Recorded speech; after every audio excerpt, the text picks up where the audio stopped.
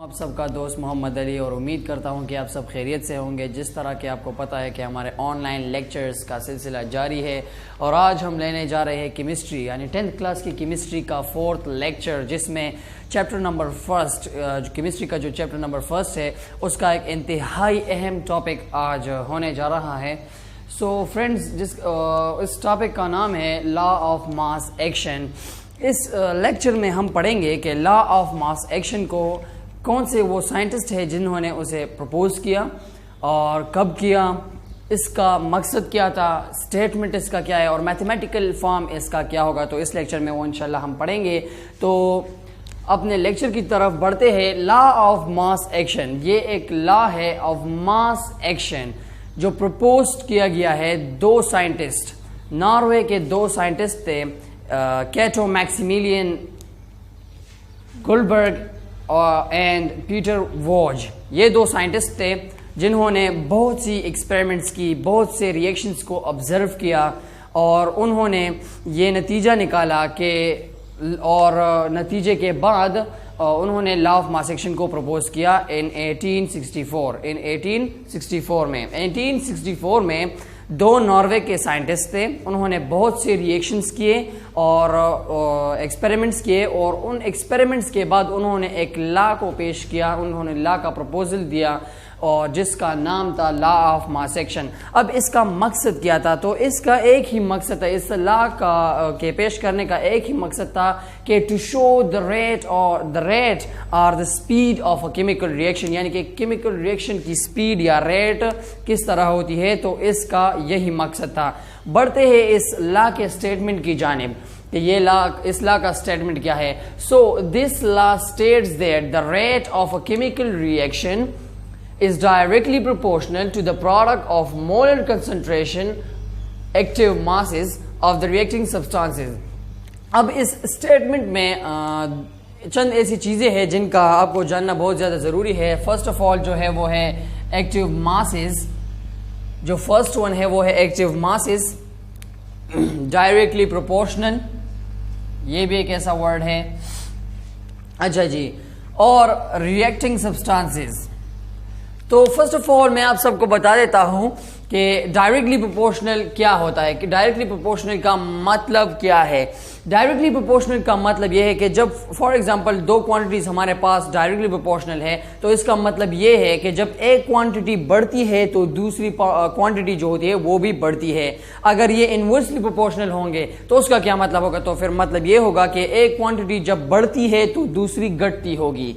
अच्छा जी, सेकंड जो पॉइंट है एक्टिव मास। एक्टिव मास इसका मतलब ये है कि जो रिएक्टेंट्स है हमारे पास वो मोलर कंसंट्रेशंस में हो, यानी कि मोल्स में शो कर दिए गए हो, उनकी कंसंट्रेशन मोल्स में शो कर दी गई हो और इनक्लोज्ड इन स्क्वायर ब्रैकेट्स, और वो स्क्वायर ब्रैकेट्स में इनक्लोज्ड होंगे। यानी कि एक्टिव मास रिप्रेजेंट कर रहा है the concentration of reactants and products in mole per DM cube.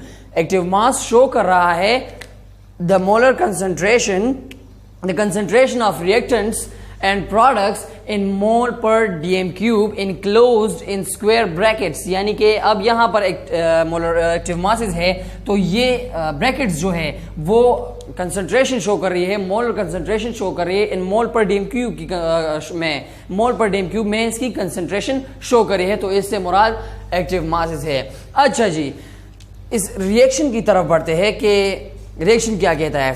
ये हमारे पास एक रिएक्शन है A plus B C plus D. यहां पर A प्लस बी जो है ये दोनों, ये हमारे पास रिएक्टेंट्स है, ये दोनों हमारे पास प्रोडक्ट्स है। अब according to law of mass action यहां पर इस रिएक्शन का रेट किस तरह होगा। तो फॉर एग्जांपल हमने रेट लिया, रिएक्शन जो रेट है इस रिएक्शन का रेट आर सबस्क्रिप्ट में जो आर दिया गया है वो इस रिएक्शन को डिनोट कर रहा है और ये रेट को डिनोट कर रहा है। So the rate of this reaction is directly proportional to the molar concentration of products, to the product of the molar concentration of reactants. ये हमारे पास शो हो गया है। ए और बी हमारे पास रिएक्टेंट्स है, ये प्रोडक्ट में है और इनकी मोलर कंसंट्रेशन ली गई है। मोलर कंसंट्रेशन को यहां पर जो स्क्वायर ब्रैकेट्स में ये दोनों इंक्लोज है तो ये इनकी मोलर कंसंट्रेशन शो कर रही है, एक्टिव मासेस को शो कर रही है।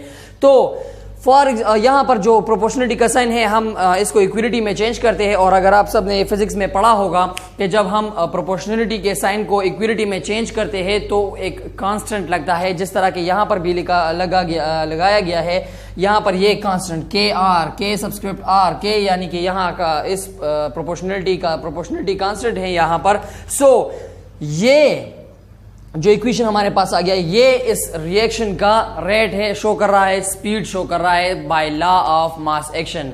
तो फ्रेंड्स ये था लॉ ऑफ मास एक्शन। मतलब मैं आपको एक बार फिर से समझा देता हूं कि लॉ ऑफ मास एक्शन में हमने आज पढ़ा कि प्रपोजल के कैटो मैक्सिमिलियन गुल्डबर्ग एंड पीटर वॉज ने, जो कि 2 नॉर्वे के साइंसदान थे, उन्होंने 1864 में बहुत से रिएक्शंस को ऑब्जर्व किया और उसके बाद एक लॉ को पेश किया जिसको नाम दिया गया लॉ ऑफ मास एक्शन। इसका मकसद क्या था? इसका मकसद यही था कि to show the rate of chemical reaction के, यानी कि केमिकल रिएक्शन का रेट शो कर सके, स्पीड शो कर सके। इसकी स्टेटमेंट कुछ यूं थी कि the rate of a chemical reaction is directly proportional to the product of the molar concentration active mass is means of the reacting substances, यानी कि the product of the molar concentration of reacting substances. तो friends ये था आज का हमारा lecture. उम्मीद करता हूं कि आप सबको हमारा लेक्चर पसंद आया होगा। अगर किसी भी टाइप का कोई क्वेश्चन हो आपके जहन में आ रहा हो तो आप हमसे कमेंट बॉक्स में ज़रूर पूछ सकते हैं। और अगर अभी तक आपने हमारे चैनल को सब्सक्राइब नहीं किया तो ज़रूर सब्सक्राइब करें और अपने फ्रेंड्स के साथ भी अपने वीडियोस, हमारे जो वीडियोस है वो अपने फ्रेंड्स के साथ भी शेयर करें। इंशाल्लाह हमारा नेक्स्ट जो लेक्चर होगा वो डेराइवेशन ऑफ वो होगा इंशाल्लाह डेराइवेशन, हाँ yes, derivation of expression for equilibrium constant. वो हमारा इंशाल्लाह नेक्स्ट लेक्चर होगा। सो तब तक के लिए फी अमानिल्लाह।